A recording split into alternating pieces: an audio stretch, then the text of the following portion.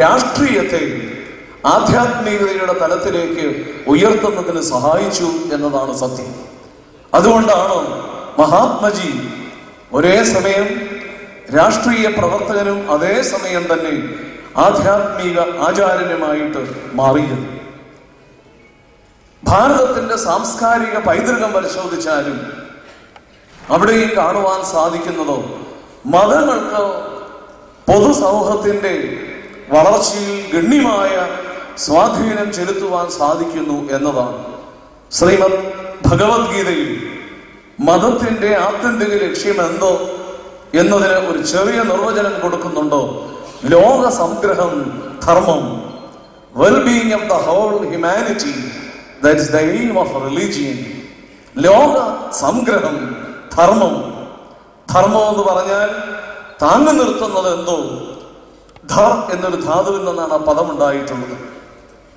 That which upholds or sustains, താങ്ങി നിൽക്കുന്നത് എന്തോ അതാണ് ധർമ്മം.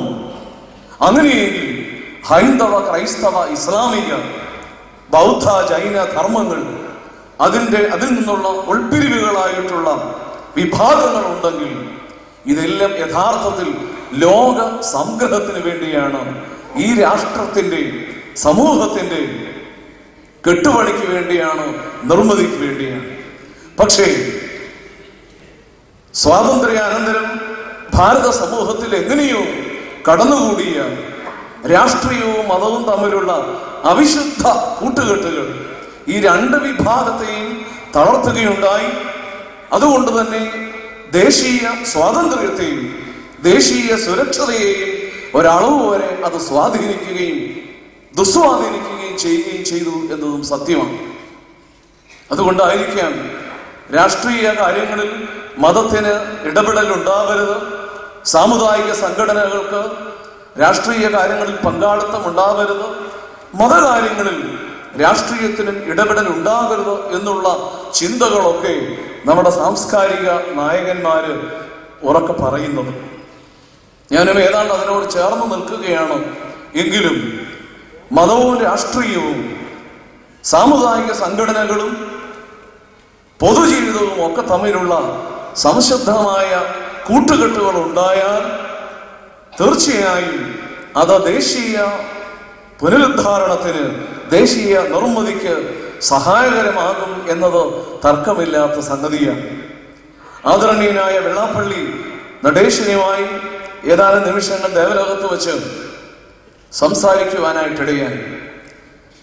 ശ്രീനാരായണ ഗുരുദേവ ദർശനങ്ങളെ കുറിച്ച് അല്പമായിട്ട് പഠിക്കുവാൻ എനിക്ക് അവസരം കിട്ടിയിട്ടുണ്ട്. ശ്രീനാരായണ ഗുരുദേവന്റെ കാലഘട്ടത്തിൽ ഈഴവ സമുദായത്തിന്റെ, പ്രത്യേകിച്ച് ഈഴവ സമുദായത്തിന്റെ സമുദ്ധാരണത്തിന് വേണ്ടി ആധ്യാത്മികമായ സാമൂഹികമായ മുന്നേറ്റം അദ്ദേഹം തുടങ്ങി വെക്കുകയുണ്ടായി. ആ കാലഘട്ടത്തിന് അനുസരണമായിട്ട്. എന്നാൽ ഇന്ന് ഈ കാലഘട്ടത്തിന് അനുസരണമായി ആ സമുദായത്തിന്റെ പുനരുദ്ധാരണത്തിന്, നവീകരണത്തിന് വേണ്ടി ഈ കാലഘട്ടത്തിന്റെ യുക്തിക്കും ബുദ്ധിക്കും ആവശ്യങ്ങൾക്കും അനുസരണമായി അതിനെ കെട്ടിപ്പടുക്കുവാനായിട്ട് ഈ SNDP എന്ന സാമുദായിക സംഘടനയുടെ അമരക്കാരന് സാധിക്കുന്നുണ്ട്. ഞാൻ അതിന്റെ വിശദാംശങ്ങളിലേക്ക് കടക്കുവാൻ ആഗ്രഹിക്കുന്നില്ല. അദ്ദേഹത്തിന്റെ നേതൃത്വത്തിൽ ആവിഷ്കരിച്ചിട്ടുള്ള മൈക്രോ ഫിനാൻസിംഗ് പദ്ധതികൾ ഉൾപ്പെടെയുള്ള അനേക പദ്ധതികൾ സമുദായത്തിന്റെ നവോത്ഥാനത്തിന് കാരണമാക്കി. ഇത് ഒരു സാമുദായിക സംഘടന സമൂഹത്തിൽ ശക്തമായി സ്വാധീനം ചെലുത്തുവാൻ ഇടയായതുകൊണ്ടാണ്. ഒരു പക്ഷേ ചില സന്ദർഭങ്ങളിലൊക്കെ ശ്രീ നടേശൻ കടുത്ത വിമർശനങ്ങൾക്ക് വിധേയനായിട്ടുണ്ട്. ഇനിയും ഉണ്ടായേക്കാം. സമൂഹ ജീവിതത്തിൽ സമുദായങ്ങൾക്കുള്ള പ്രസക്തി ഏറെയാണ്.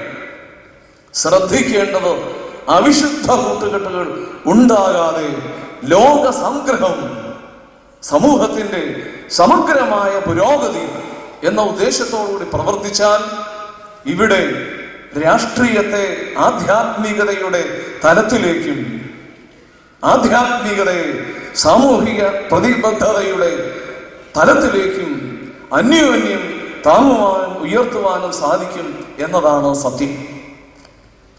എനിക്ക് തോന്നുന്നു ഇതാണ് ജനപ്രതിനിധികൾക്ക് വേണ്ടിയിരിക്കുന്ന തിരിച്ചറിവ്. എന്തിനായിട്ട് തെരഞ്ഞെടുക്കപ്പെട്ടിരിക്കുന്നു, എന്താണോ ഈ തെരഞ്ഞെടുപ്പ് കൊണ്ട് ലക്ഷ്യമിട്ടിരിക്കുന്നത്? അതിന്റെ ഉത്തരം ഇത്രയേ ഉള്ളൂ: സമുദായത്തിലൂടെ, സഭയിലൂടെ, മതത്തിലൂടെ, രാഷ്ട്രീയത്തിലൂടെ ഈ ഭാരത മഹാരാജ്യത്തിന്റെ അന്തസ് ഉയർത്തുവാനായിട്ട് കഴിയണം. ഭാരതം എന്ന വാക്കിന് വളരെ അർത്ഥങ്ങളുണ്ട്. ഭരതമുനിയുടെ നാട് എന്നൊരർത്ഥം പറയാറുണ്ട്. ഭരതൻ ഭരിച്ച രാജ്യം എന്നർത്ഥം കൊടുക്കാറുണ്ട്.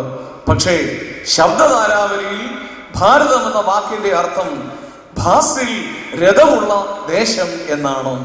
ഭാസ് എന്ന് പറഞ്ഞാൽ പ്രകാശം, രഥം എന്ന് പറഞ്ഞാൽ സന്തോഷം.